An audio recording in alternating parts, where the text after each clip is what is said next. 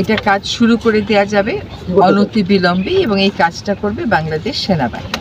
এক সময় যে খাল দিয়ে চলতো বড় বড় নৌকা, গ্রামীণ জীবনের গুরুত্বপূর্ণ অংশ ছিল যে পানি প্রবাহ, আজ সেখানে কেবল দেখা যায় ময়লা আবর্জনার স্তূপ। দখল, দূষণ আর ভরাটে একেবারে মৃতই সুভাড্ডা খাল।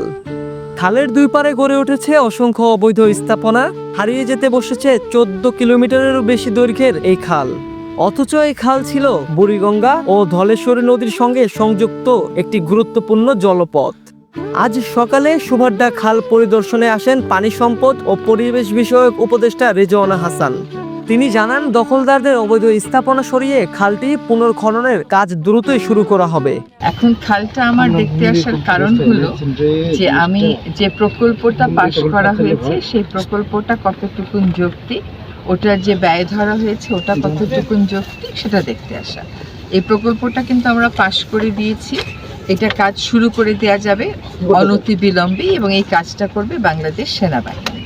তো আমার দেখতে আসার উদ্দেশ্য হচ্ছে যে এতটা টাকা এতটা এই খালটাতে যাবে কেন? কারণ অন্যান্য খাল ঢাকায় যেগুলো আমরা করছি সেগুলোতে আমরা কেবল মাটিটা খনন করছি, কিন্তু এখানে এসে যা দেখলাম যে এখানে খালটাই আবার অনেক জায়গাতে নতুন করে করতে হবে।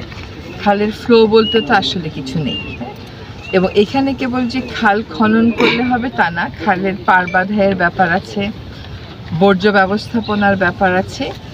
খালের পাশে হাঁটার রাস্তা না করে দিলে আবারও দখল হয়ে যাবে। এই প্রকল্পের ব্যয় ধরা হয়েছে 317 কোটি টাকা। শুধু সুভাড্ডা নয়, কেরানীগঞ্জের আরো অনেক খালি দখল ও দূষণের কারণে হুমকির মুখে রয়েছে বলেও জানান উপদেষ্টা। স্থানীয়রা জানান, এক সময় এই খালের পানি ছিল তাদের জীবনেরই অংশ। রান্না, ধোয়া মোছা, মাছ ধরা সবই হতো এই খালের পানিতে। এক সময়ের জীবন্ত সুভাড্ডা খালকে ফিরিয়ে আনার এই উদ্যোগ যদি সফল হয়, তাহলে কেবল পরিবেশ নয়, ফিরে পাওয়া যাবে এলাকার মানুষের হারিয়ে ফেলা জীবনের অংশ। রিফাত হোসেন, কেরানীগঞ্জের আলো, ঢাকা।